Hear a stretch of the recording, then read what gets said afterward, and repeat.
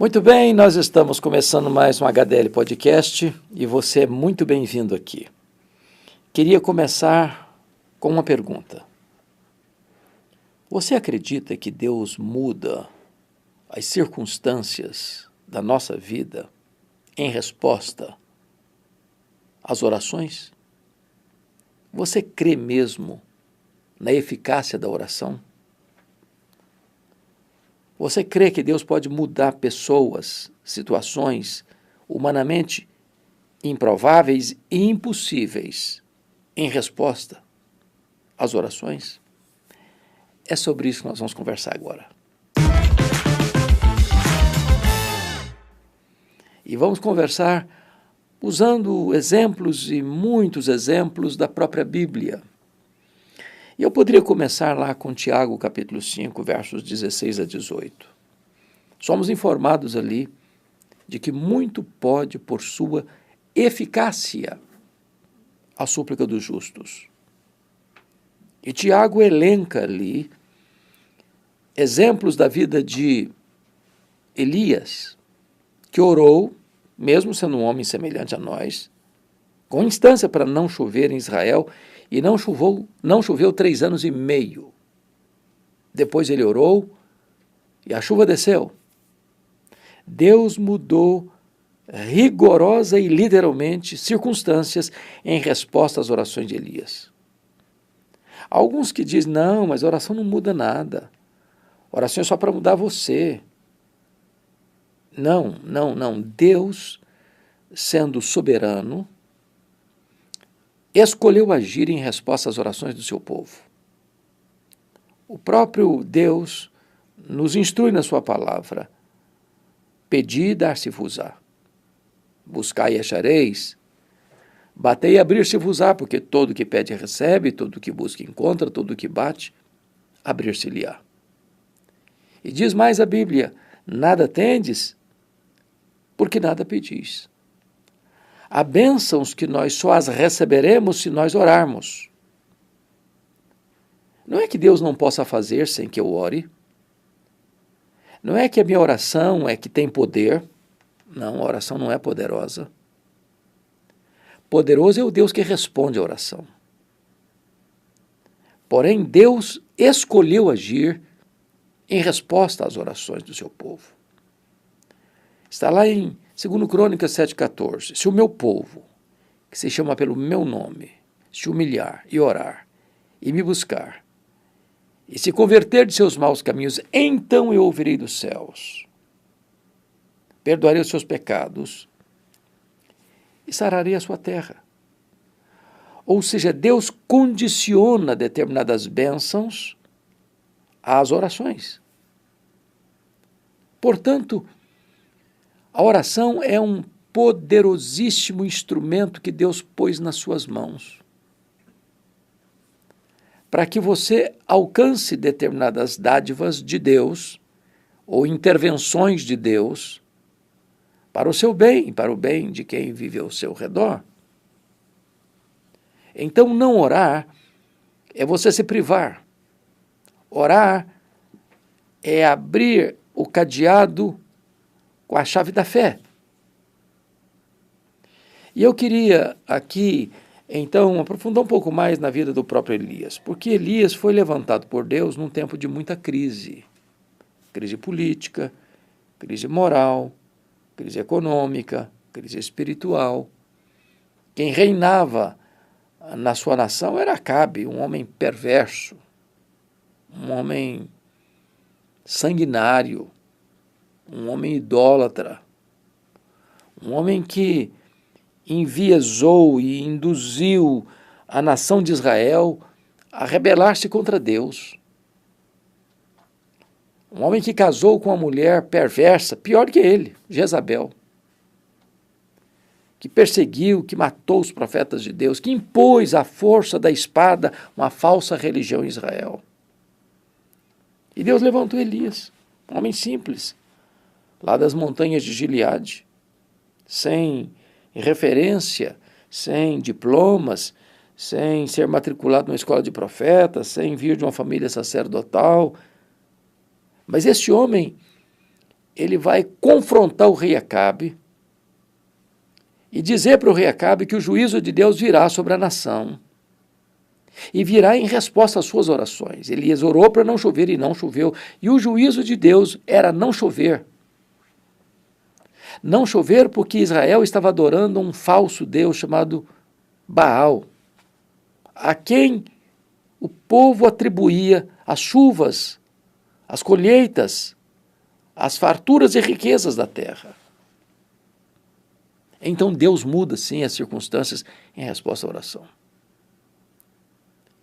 Elias confrontou o rei, Elias confrontou depois o povo, Elias confrontou os profetas de Baal, e ele orou. E diz a Bíblia que o menino ressuscitou, o filho da viúva de Sarepta.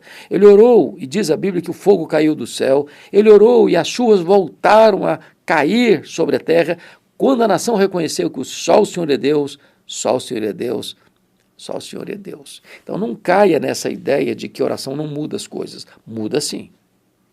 Muda sim. E quem está dizendo que muda é a palavra de Deus. Elias orou para não chover e não choveu. Elias orou para chover e choveu. Elias orou para o menino ressuscitar e o menino ressuscitou. Elias orou para que o fogo caísse do céu e o fogo caiu do céu. Circunstâncias em resposta às orações. Quando você vai para a Bíblia, você é encorajado e mais encorajado ainda a refletir sobre esse tema. Por exemplo, a Bíblia diz que o Isaac orou pela sua mulher Rebeca e ela era estéril. E ela concebeu em resposta à oração do seu marido. Você vai encontrar na Bíblia que o Ló está lá na Sodoma e ele está lá com a sua família e o juízo de Deus vem sobre a nação, vem sobre a cidade e Deus vai destruir a cidade. E na hora que Deus estava para destruir a cidade, Deus se lembrou da oração de Abraão e salvou a Ló. Ou seja, Ló foi poupado da destruição com a sua família, porque Deus ouviu a oração de Abraão, tio de Ló, em favor de Ló. Uma pessoa foi poupada da destruição por causa da oração. Quando você vai para o livro de Gênesis, por exemplo, do livro de Êxodo, por exemplo, você encontra a nação de Israel rebelada contra Deus, adorando um bezerro de ouro, numa festa de promiscuidade. E Deus tomou a decisão de destruir a nação de Israel e recomeçar tudo com Moisés. E Moisés disse: Senhor, perdoa o pecado do povo, ou se não risca o meu nome do livro que escreveste. Deus ouviu a oração de Moisés e a nação foi poupada em virtude da oração deste grande líder, deste grande legislador, deste grande libertador, deste servo de Deus, que foi instrumento de Deus para a libertação do povo da escravidão. Deus responde a oração e muda a circunstância. Você vai encontrar no livro de Josué um exemplo clássico de uma luta, de uma batalha, em que Israel precisava de mais tempo e Josué orou para que o sol parasse. E Deus mexeu na estrutura do universo para atender a oração de Josué. E a vitória raiou para o povo de Deus. Você vai encontrar, por exemplo, no primeiro livro de Samuel, Ana, sendo uma mulher estéril, sendo uma mulher humilhada pela sua rival, incompreendida pelo seu sacerdote, incompreendida pelo seu marido, insistindo com Deus numa causa, a cura. Ela queria ser mãe. E a Bíblia diz que Deus ouviu a oração de Ana. E ela então traz ao sacerdote Eli o filho nascido deste milagre em resposta à oração, dizendo: por este menino orava eu, pelo que o trago como devolvido ao Senhor por todos os dias da sua vida. Então a oração muda as circunstâncias, sim. Deus cura o enfermo em resposta à oração, sim. É verdade. Você vai encontrar tantos outros exemplos, eloquentes exemplos da Bíblia, como Deus responde a oração. Por exemplo, está lá no segundo livro das Crônicas, capítulo 20. O rei Josafá está entrincheirado, sitiado por uma confederação de inimigos que querem atacar e destruir Jerusalém. Não há prazo mais para o rei Josafá criar qualquer mecanismo de defesa. É impossível que ele tenha a estratégia e força militar para resistir àquela grande multidão que vinha contra ele. E diz a Bíblia que Josafá, o rei, tomou a decisão de conclamar um jejum e de buscar a Deus em oração. E quando o rei conclama o povo para orar, Deus muda a circunstância, porque Deus diz para Josafá: essa batalha não é sua, essa batalha é minha. Vocês não terão que pelejar. Porque lá atrás o rei havia dito para Deus: Senhor, nós não sabemos o que fazer. Nós não temos forças para resistir a esta grande multidão que vem contra nós, mas os nossos olhos estão postos em Ti. E Deus mudou a circunstância.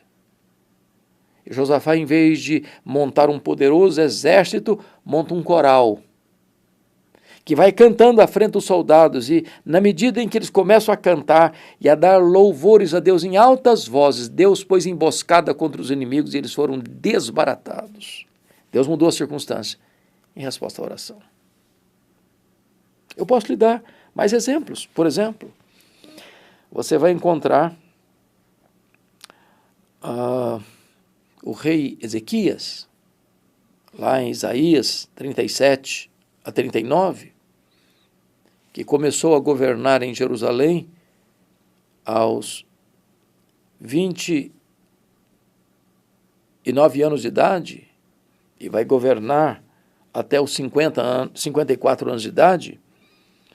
E o rei Ezequias foi o homem que viu as 10 tribos do norte caindo nas mãos do poderoso Império Assírio. Ele governava aqui na região de Judá, das tribos de Benjamim e Judá, e logo que Samaria caiu nas mãos dos assírios em 722 a.C., logo depois, esse exército poderoso, truculento, sanguinário, perverso, que entrava na cidade, matava os homens, amontoava cabeças na porta da cidade para que ninguém tivesse coragem de resistir à sua horda sanguinária, cerca a cidade de Jerusalém com mais de 180 mil soldados e manda um recado para o rei Ezequias se render, dizendo ainda: Deus nenhum pode livrar você das minhas mãos.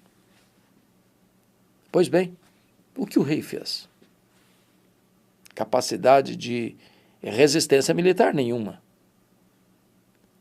Ezequias consulta o profeta Isaías e o profeta Isaías diz: vocês não precisarão lutar. Essa batalha é de Deus. E em resposta às orações, diz a Bíblia, que Deus escalou um único anjo e esse anjo matou 185 mil soldados ao redor de Jerusalém e Deus poupou a cidade. Mas ainda, Ezequias está com 39 anos de idade, quando fica doente. Ele era um rei muito piedoso, um homem muito rico, um homem muito poderoso. E a doença dele não teve cura. E Deus mandou o próprio profeta Isaías na sua casa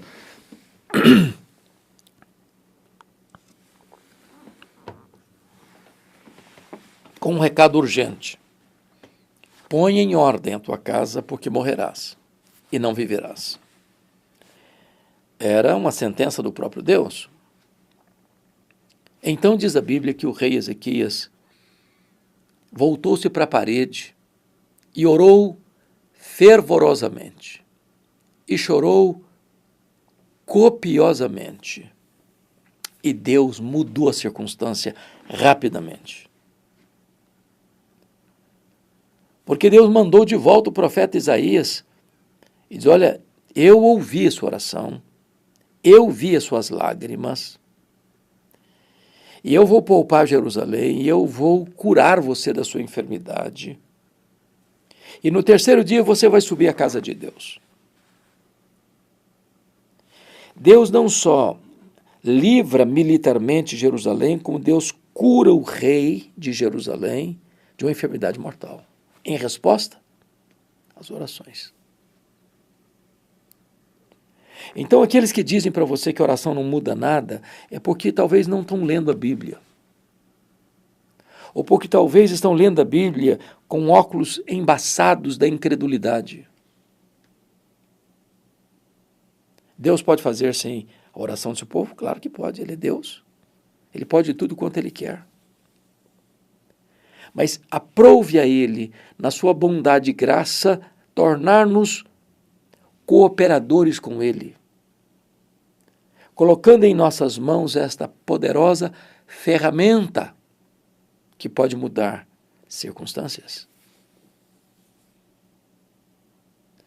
Você encontra, por exemplo, a história do profeta Eliseu, que foi um discípulo de Elias e um sucessor de Elias, que recebeu espírito dobrado de Elias e realizou o dobro de milagres de Elias, vivendo o seu ministério e vendo com tanta clareza e eloquência as intervenções soberanas de Deus em resposta às orações. Quando a cidade onde ele estava sitiada pelos inimigos, pelos soldados sírios, e o seu moço levantou de manhã e viu os carros e os cavalos e os cavaleiros cercando a sua cidade para capturar o profeta Elias, o moço ficou desesperado e recorreu ao profeta. E o profeta Eliseu disse: meu Deus, abre os olhos desse moço para que ele veja. E Deus abriu os olhos do moço, do profeta Eliseu, e ele viu os carros de fogo e os cavalos de fogo, e maior eram aqueles que estavam do lado do profeta do que aqueles que estavam contra ele. Deus pode trazer discernimento, Deus pode trazer vitória em resposta à oração, porque a mesmo profeta que pediu para Deus abrir os olhos do moço, pediu também para Deus fechar e tornar sem visão e cegar os soldados sírios. E eles foram conduzidos cegos até a cidade de Samaria, o quartel-general de Israel. E ali, quando o rei perguntou: vamos matar esses soldados? O profeta disse: não, em absoluto, você não fez nada. Foi Deus quem fez, então vamos dar um banquete para eles. E ali cessou a guerra. Deus muda a circunstância em resposta à oração. Mas vamos para alguns exemplos no Novo Testamento. Você vai encontrar no Novo Testamento exemplos abundantes desta verdade maravilhosa. Por exemplo, você pode pegar Atos dos Apóstolos, capítulo 12, quando Pedro está preso numa prisão de segurança máxima em Jerusalém. O apóstolo Tiago já tinha sido passado ao fio da espada. A igreja está em oração em favor de Pedro, que estava guardado num cárcere com 4 sentinelas de 4 soldados cada uma, com os pés amarrados, com as mãos atadas, aguardando o final da festa para ser executado. Mas havia oração incessante por parte da igreja em favor de Pedro. E na última hora, na última noite, quando Pedro haveria de ser apresentado para ser executado, Deus enviou um anjo à prisão, arrancou as algemas, quebrou as peias, e Pedro saiu sem que os guardas vissem, sem que as portas pudessem ser abertas por mãos humanas, sem que o portão de ferro que fechava a prisão fosse acionado por mãos humanas. E Pedro saiu dessa prisão e sobreviveu.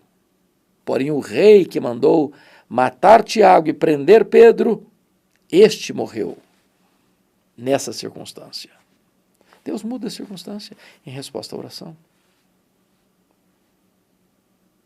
Você vai perceber que o próprio Pentecostes acontece lá em Jerusalém, quando o próprio Jesus disse para os seus discípulos: permanecei na cidade até que do alto sejais revestidos de poder. E diz a Bíblia que eles foram para o cenáculo, 120 pessoas, e oraram, todos perseveraram unânimes em oração.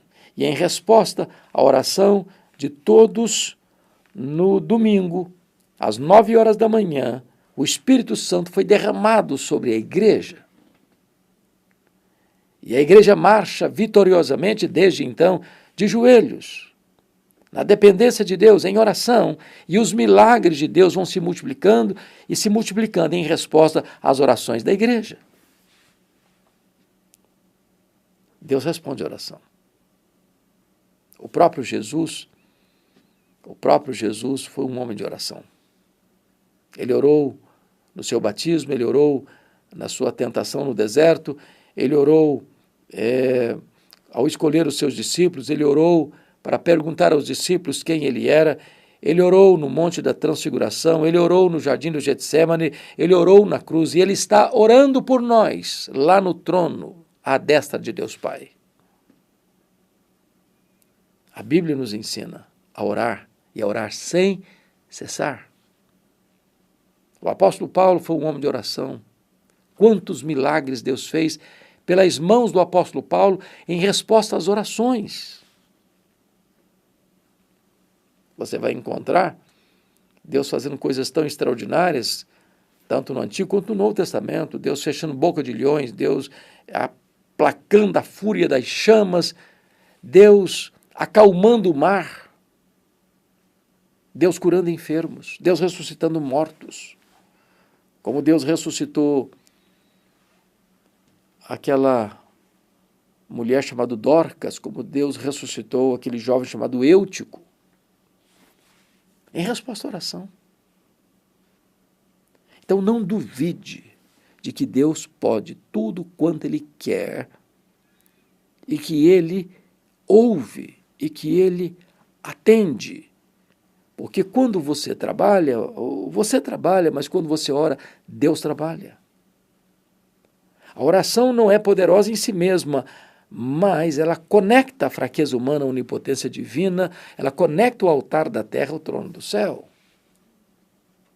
Quando você lê Apocalipse 8, as orações que sobem do altar para o trono são despejadas para a terra, e há relâmpagos, e vozes, e trovões, e Deus então manifesta o seu poder na história em resposta às orações do seu povo.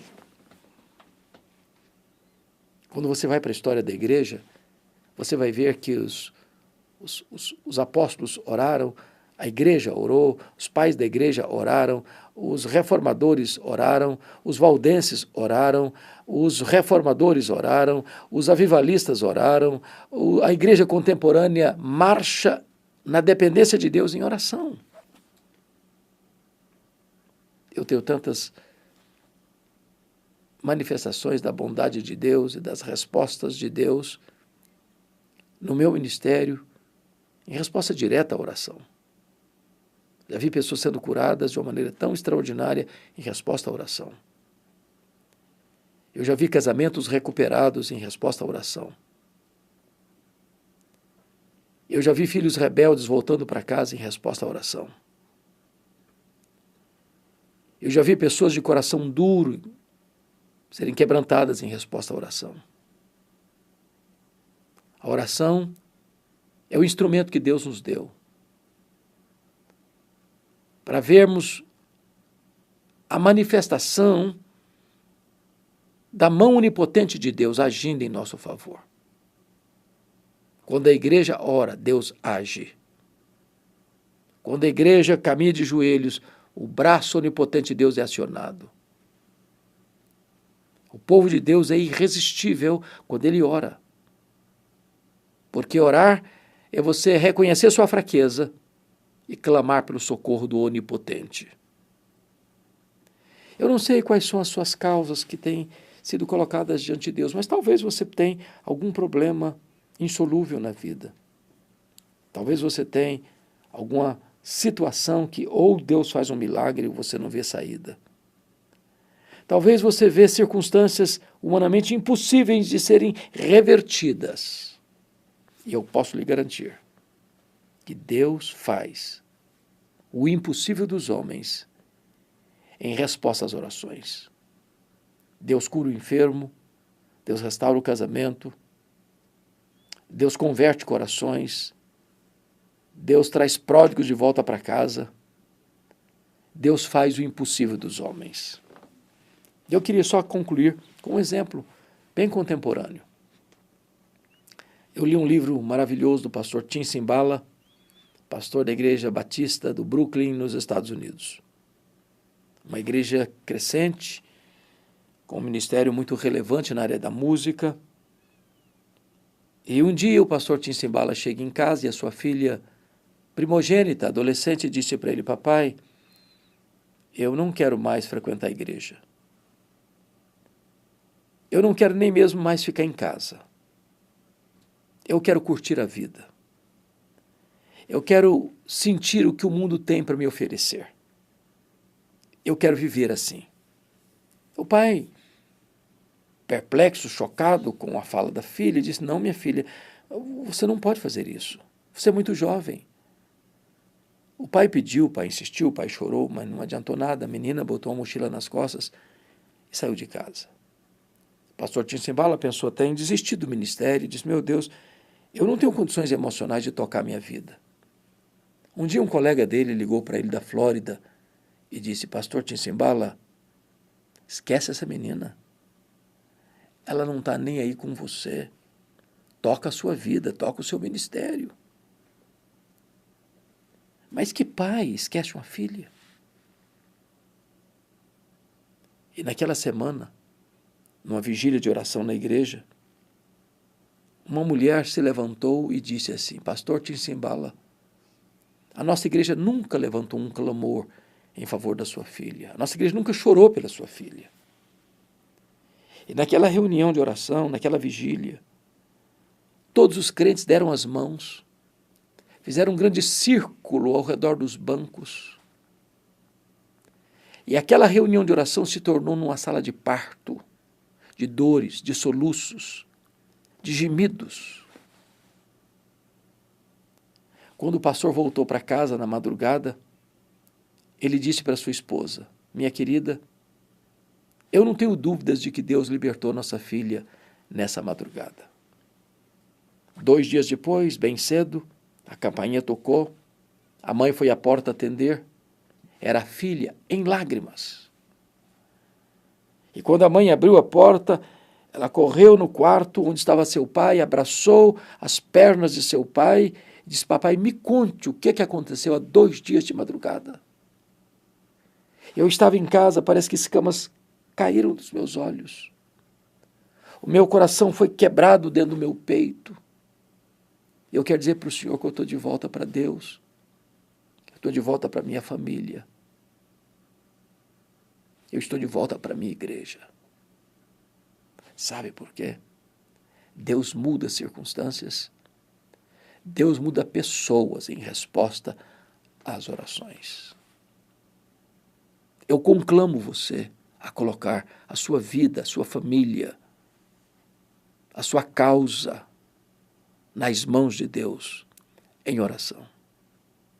Deus ouve as orações. Muito pode, por sua eficácia, a súplica do justo. Deus abençoe sua vida. Porque acabamos de ler na tua palavra que tu és o Deus que responde orações. Quem sabe aqueles que estão agora nos assistindo, Senhor, têm uma causa impossível, que precisa de um milagre, de uma intervenção da tua mão. E nós pedimos em nome de Jesus que tu manifestes o teu poder, que tu mudes as circunstâncias, que mudes corações fechados, endurecidos, que o milagre da conversão aconteça, que os pródigos voltem para casa, que o casamento machucado e ferido e quebrado seja restaurado, que esta família adoecida seja curada, Senhor, para a glória do teu nome.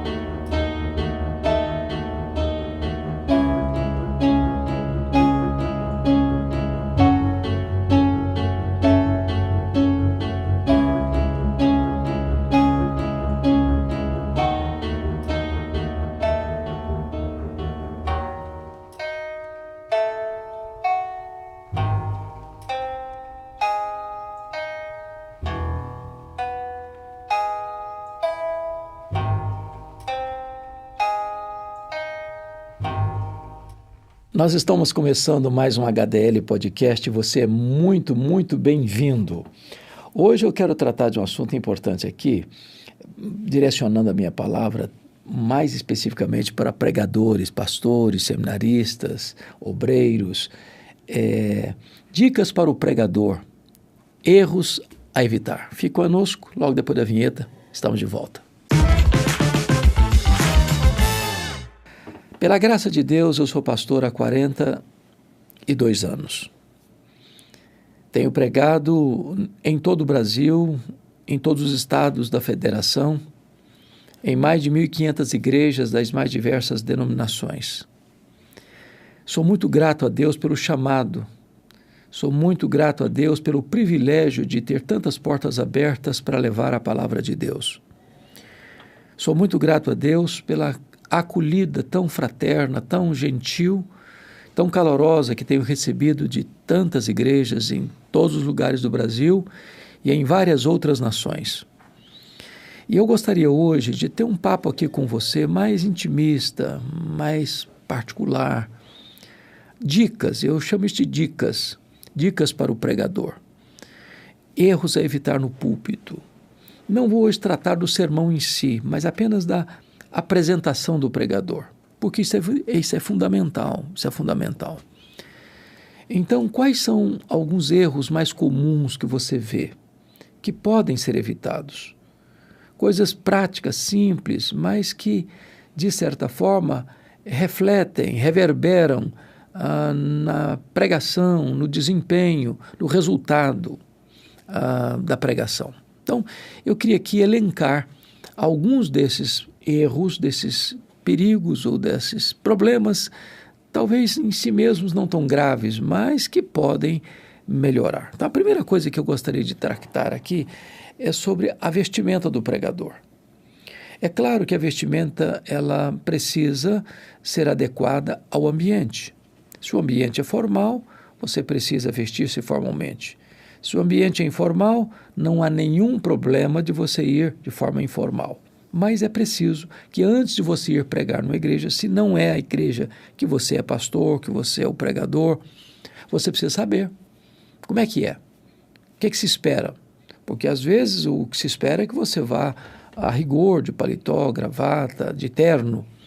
E aí você chega lá de manga de camisa. Você destoou, você frustrou a expectativa.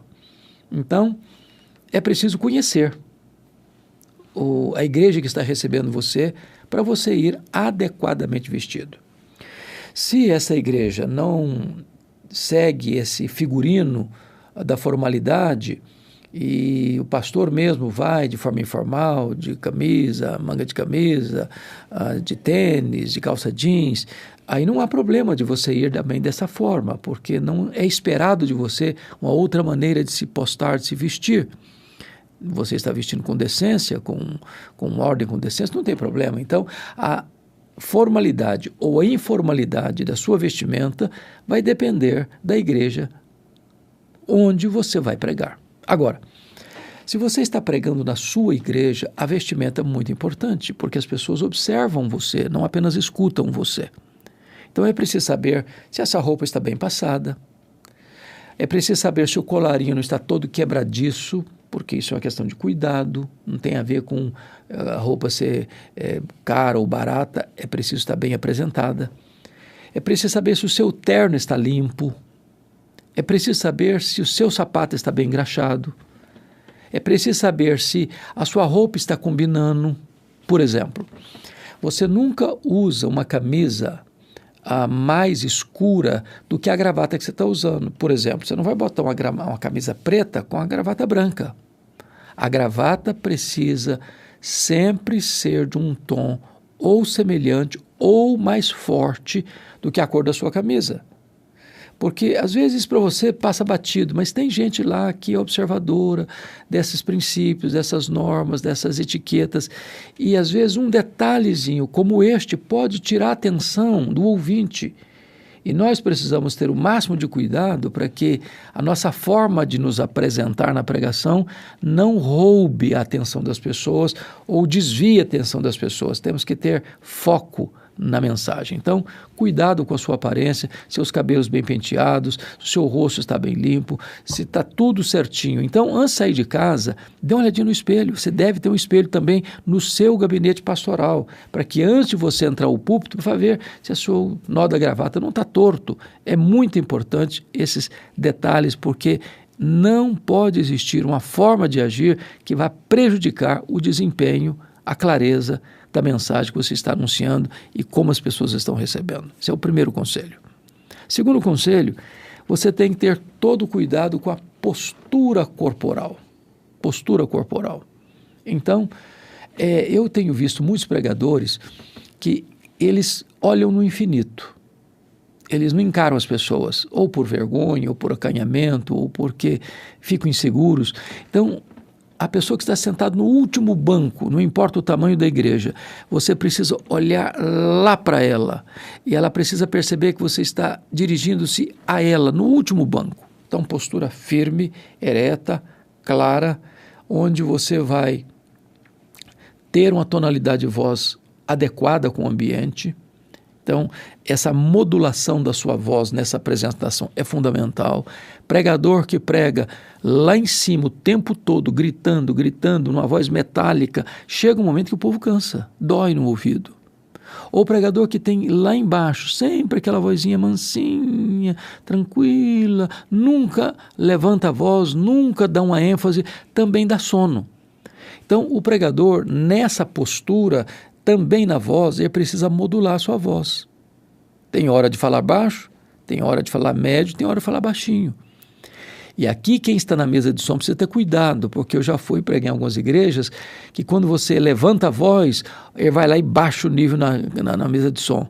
Aí você volta à voz normal, aí fica baixo demais. Então, quem está na mesa de som não tem que ficar levantando e subindo e descendo, com um botão lá no nível do som, porque a modulação da voz faz parte da retórica, faz parte da maneira da sua comunicação, da forma mais adequada e eloquente da sua comunicação. Então, postura firme, convicta, segura, voz clara, postura ereta, e desta maneira, essa postura corporal vai ajudar certamente na recepção dessa mensagem por parte do ouvinte. Vamos a um terceiro conselho. Cuidado com as saudações longas. Ninguém aguenta isto.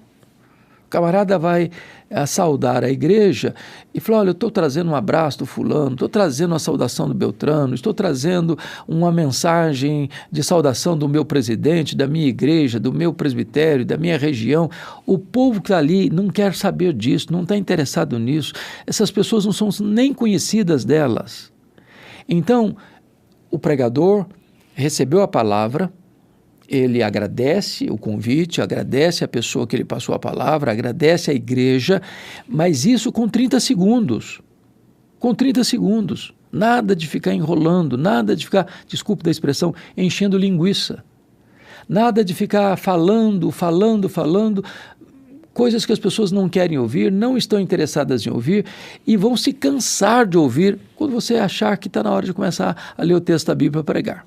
Eu, certa feita, ouvi um pregador e ele foi convidado para pregar no aniversário da igreja e o cidadão gastou 15 minutos antes de ler o texto, com saudações. Quando ele foi abrir o texto para ler, o povo já estava desconectado, o povo já não estava plugado mais, não estava antenado no mesmo canal mais. O povo já estava cansado e não queria mais, nem tinha mais disposição de ouvi-lo. Então, por favor, seja muito breve, muito objetivo na sua saudação. Fala a que veio. Agradeço, muito obrigado pelo convite, quero cumprimentar todos os irmãos, etc, etc. E vamos abrir a palavra de Deus. É isso que importa. Você foi chamado para pregar a palavra, seja na sua comunidade, seja na igreja que você foi convidado para pregar. Seja muito objetivo e direto. Seja breve nas saudações. Quarto princípio, conselho que eu lhe daria, dicas que eu lhe daria nessa questão da pregação. Não peça desculpas. Ah, meus irmãos, eu quero pedir desculpas porque eu não me preparei direito, porque eu não sei pregar direito, porque eu fui pego de surpresa, porque o convite foi de última hora, porque tem mais gente capacitada aqui para pregar do que eu. Que tem, eu não tenho dúvidas disso. Mas foi você que foi chamado para pregar. Então, o púlpito não é lugar de pedir desculpas. O púlpito é lugar de você abrir a Bíblia, expor a Bíblia, aplicar a Bíblia e anunciar a mensagem de Deus. Quando o pregador está pedindo desculpas, ele está dizendo o seguinte: olha, gente, eu não tenho nada para falar, eu não sei falar, eu estou inseguro para falar, então é melhor que você se assente, deixe o outro pregar. Agora, se você se levantou para pregar, não é hora de pedir desculpas. É hora de olhar para o auditório, ler o texto, pedir a iluminação do Espírito Santo, pregar o texto, aplicar o texto e entender que aquela palavra é viva e é poderosa. Você não está pregando palavras de homens, você está pregando a palavra de Deus, que tem vida em si mesma, que é inerrante, que é infalível, que é suficiente, que é inspirada, que não volta para Deus vazia, que restaura a alma, que alegra o coração, que ilumina os olhos, que dá sabedoria aos simples.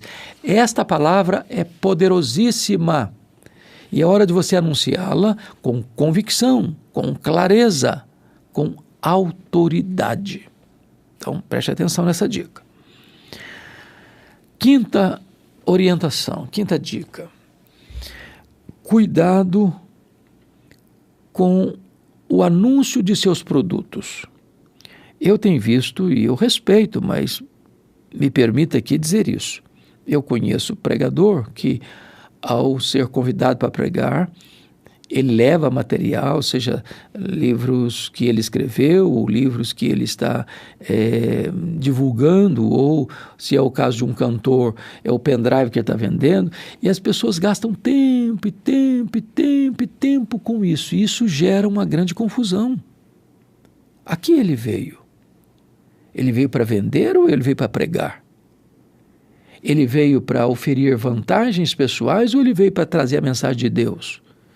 Eu não estou dizendo que um pregador não possa fazer isso, mas, por favor, seja muito objetivo, seja até discreto, porque o seu propósito nesse momento é pregar a palavra de Deus. Porque se a pessoa gasta mais tempo, muito tempo, com vender seus produtos, divulgar seus produtos, pode passar a ideia de que o interesse seria outro, de que ele está aproveitando esse momento para vender alguma coisa, quando na verdade o púlpito não é um balcão de comércio, o púlpito é um lugar de você abrir a Bíblia e expor a Bíblia, é o lugar da pregação. Então, total cautela nesse sentido, muito cuidado, porque senão isso pode gerar tensão, confusão, distração, e isso ser em detrimento da eficácia da pregação que você está apresentando. Vamos a uma sexta dica. Leia o texto com vivacidade. No meu livro Pregação Expositiva, eu resumo pregação expositiva em 3 verbos: ler, explicar e aplicar. Ler o texto é a parte mais importante do sermão. Você ganha o auditório ou perde o auditório na leitura do texto. Você já ouviu um pregador que levantou-se para pregar e leu o texto atabalhoadamente, atropeladamente, engolindo vírgulas, pontos e vírgulas, acrescentando palavras que não estão no texto, suprimindo palavras que estão no texto, não articulando adequadamente as palavras que estão no texto? E quando você vê um pregador fazer isso, qual a conclusão que você chega? Ele não conhece o texto. Ele não estudou o texto. Ele não se preparou para pregar. Ele está nos dizendo que o importante não é o texto, mas o que ele vai dizer depois da atabalhoada leitura do texto. Então, você ganha o auditório na leitura ou você perde o auditório na leitura. Ora, Antes de você subir ao púlpito para pregar, leia o texto 1 vez, 2 vezes, 5 vezes, 10 vezes. Deixe esse texto entrar em você. Se o texto for um texto menor, quem sabe você tem o desafio aí de memorizar o texto. Ao ler o texto, procure, não digo teatralizar ou dramatizar como um teatro, mas leia o texto com vivacidade. Por exemplo, se você está numa narrativa e na narrativa aparecem vários personagens, muda o tom da sua voz na medida que você mudar o personagem bíblico. Isso dá vida, isso dá beleza, isso torna-se sonora aos ouvidos a mensagem, e o auditório vai entender uma coisa: esse pregador conhece o texto, esse pregador vive o texto, esse pregador memorizou o texto, esse pregador preparou-me para ouvir a exposição desse texto. Então, cuide muito bem desse ponto. Leia o texto com vivacidade, com entusiasmo. Tem hora no texto, por exemplo, respondeu em alta voz, eleva a voz. Porque, imagine, respondeu em alta voz e você baixa o tom. Está na contramão do que o texto está dizendo. Então, tudo isso são dicas importantes que podem melhorar por demais a apresentação da mensagem. 7ª dica, dentro desse viés ainda, não estou dizendo que você vai memorizar todos os textos que você vai pregar, mas memorize alguns textos.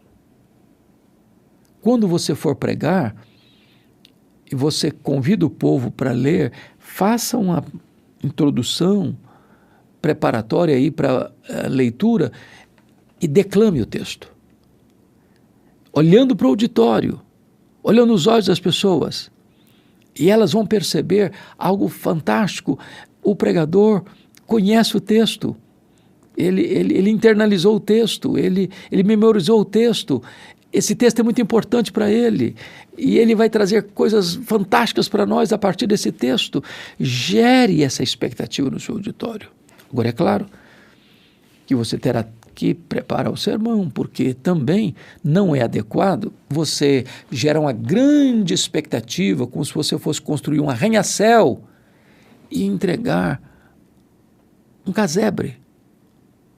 Não, você precisa não só ler o texto e gerar no seu auditório essa grande expectativa, mas você precisa também lá atrás ter preparado essa mensagem, mergulhado nessa mensagem, gastado tempo com essa mensagem, se afadigado na palavra, cavado profundamente o texto, para arrancar as riquezas do texto e compartilhá-las.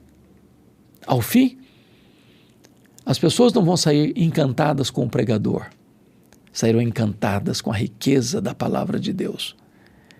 Elas não estarão fascinadas com a sua eloquência, elas estarão tomadas de grande admiração pela pessoa maravilhosa de Jesus Cristo, a quem nós proclamamos e anunciamos.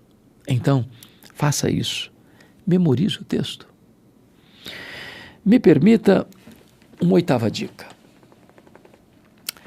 Leia o seu auditório. Você precisa saber para quem você vai falar. Então, imagine que você está sendo convidado para pregar. Você está indo para essa cidade, para essa igreja.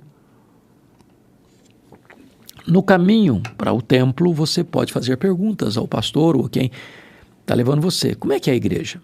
Quem vai estar lá? Qual a expectativa? Quantas pessoas, mais ou menos? É uma região rural? É uma região urbana?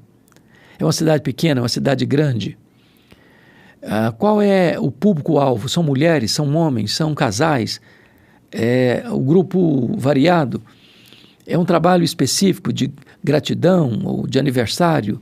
Ou seja, você precisa ler o auditório para saber o que você vai apresentar, porque às vezes o propósito é você chega lá com outra mensagem que não tem nada a ver com o propósito daquele acontecimento, daquele culto. Então, ler o auditório, conhecer o auditório, saber sobre o auditório é fundamental. Outra coisa importante, Se você chegou mais cedo, por exemplo, você vai pregar à noite, você chegou à tarde, às vezes é um trabalho que não é no templo, é num salão, é num auditório. Se possível, vá antes, peça para levar você lá antes, dê uma olhadinha no auditório, sugira mudanças se for o caso. Eu já fiz muito isso, sugeri mudanças. Às vezes bota um púlpito lá muito longe do auditório, dá para botar o púlpito mais perto, para olhar nos olhos das pessoas. Então, todos esses aspectos você pode ter acesso, sugestões e até definir o que é melhor para a comunicação. Saiba a motivação do convite. É para pregar um culto normal da igreja? É para pregar numa vigília de oração? É no aniversário da igreja? É uma celebração que tem uma motivação específica? Tem um tema específico? Para você chegar lá e não pregar uma coisa na contramão de toda a expectativa de quem preparou todo aquele ambiente. Então, leia o seu auditório. Mais do que isso, você precisa adequar a mensagem ao auditório que vai ouvir você.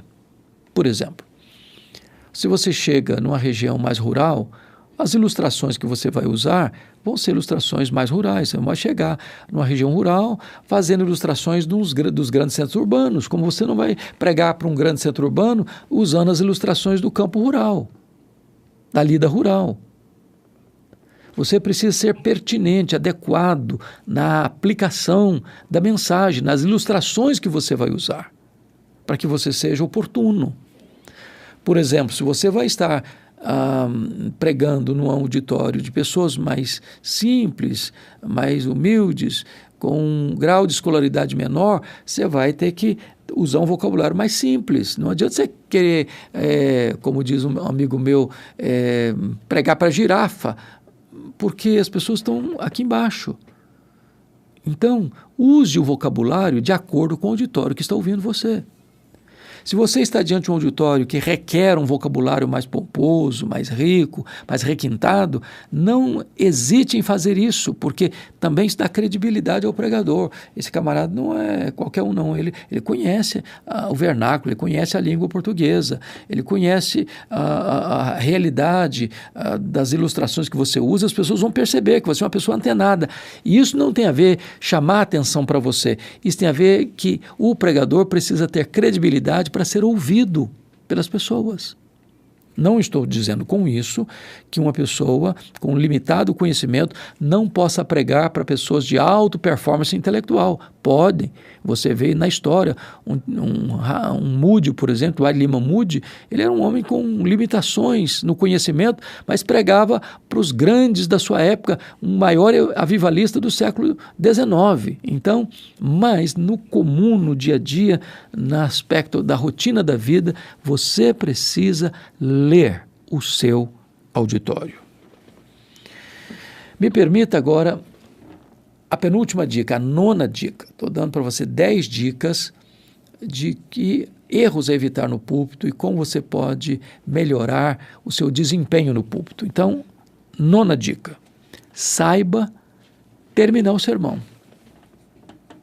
Saiba terminar o sermão. O sermão tem começo, tem meio e tem fim.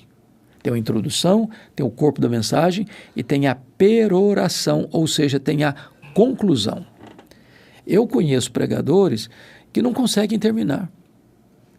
Eles vão terminando, agora vai acabar. Aí começa tudo de novo, emenda outra vez, e vai de novo, ele vai terminando, daqui a pouquinho começa outra vez, e ele fala, vamos terminar, e não termina, e vamos terminar agora, e não termina, e vamos terminar depois. Daqui a pouco o auditório já desligou. O auditório está orando contra ele. Então, você precisa aprender a terminar o seu sermão. Bom, faz parte da boa retórica você ter uma introdução que capte a atenção do auditório e você levar o seu sermão a uma conclusão apoteótica, lá em cima, no alto, para essa mensagem ter um impacto na vida das pessoas. É necessário que você prepare com cautela e cuidado, não só a sua introdução e o corpo da mensagem, mas também a sua conclusão. Porque se uma pessoa não se preparou para concluir o sermão, ela vai terminar uma coisa assim, terminou, mas não acabou, terminou, mas não terminou, terminou, mas o auditório não entendeu. Então, é preciso ter intencionalidade de terminar a mensagem e terminar num ponto alto. Como é que você pode fazer isso? Bom, você pode fazer uma síntese do que foi dito, você pode trazer à tona um fato histórico, uma ilustração que possa ser uma aplicação veemente e eloquente do conteúdo transmitido, você pode contar uma experiência que marcou a sua vida, relativo ao que você abordou, de tal forma que a mensagem precisa ser encerrada lá em cima, numa aplicação direta e que seja na hora oportuna. Não pode ameaçar terminar, não terminar. Vou terminar, não termina. E assim o auditório fica confuso, perdido e desligado. Aprenda a terminar na hora certa. Bom, o último conselho, última dica. Evite ilustrações pessoais, onde você expõe sua vida, seu cônjuge e seus filhos. Não estou dizendo que você não possa nunca usar. Pode, até deve, mas seja muito cauteloso. Aquele pregador que todo domingo tem que trazer uma ilustração da sua casa e, via de regra, para elogiar sua mulher, seu marido, seus filhos, fica um negócio constrangedor. Piegas. Porque até a igreja começa a perceber que aquilo não é tão verdade assim, não. Porque todos nós, convenhamos, temos os nossos pés de barro. Não fica bem o autoelogio, não fica bem. Seja outros os lábios que te louvem, não os teus próprios. Então, cuidado para você não fazer do púlpito uma trincheira de autoelogio ou de rasgados e desabridos elogios à sua família. Não fica bem, não fica bem. Como não fica bem aquele pregador que todo domingo tem que falar mal da sua família, criticar a esposa, criticar o marido, criticar os filhos. Não dá, os filhos ficam irritados, os filhos não gostam de ter a sua intimidade exposta, devassada pelo próprio pai no púlpito ou pela própria mãe no púlpito. Não pode, não deve, não é sensato, não é adequado, não é prudente. Não fica bem. Então, se você vai usar uma ilustração da sua família, não faça isso com frequência. Segundo, faça com cautela. Terceiro, cuidado para você não chamar atenção para você querendo holofotes. Toda a glória tem que ser dada ao Senhor Jesus Cristo. Eu sei que são dicas, e eu sei que a maioria das coisas que eu falei aqui são o óbvio ululante. Eu sei que a vasta maioria tem observado esses detalhes, essas dicas, mas eu espero, sinceramente, que esta breve palavra, e é breve mesmo, possa ter sido útil para você, para o seu ministério, para a sua pregação. E o meu ardente desejo é que você seja um pregador ungido, cheio do Espírito Santo, que seja zeloso nesse glorioso ministério de ser um expositor das Escrituras, de ser um mensageiro da paz, de ser um ministro da reconciliação, de ser um embaixador do Deus vivo, de ser um arauto do Rei dos Reis. Que privilégio você e eu temos de sermos pregadores do Evangelho de Jesus Cristo, nosso Senhor. Precisamos buscar excelência, porque nós anunciamos a maior, a melhor, a mais importante e a mais urgente mensagem que o mundo pode ouvir. Não podemos ser relapsos, descuidados, porque Deus não aceita e não requer, e não aceita mesmo quem faz a sua obra relaxadamente. Então, que nós sejamos zelosos para fazermos tudo com amor, com alegria e com excelência. Meu abraço, meu carinho, Deus abençoe sua vida e até o nosso próximo podcast, se Deus quiser.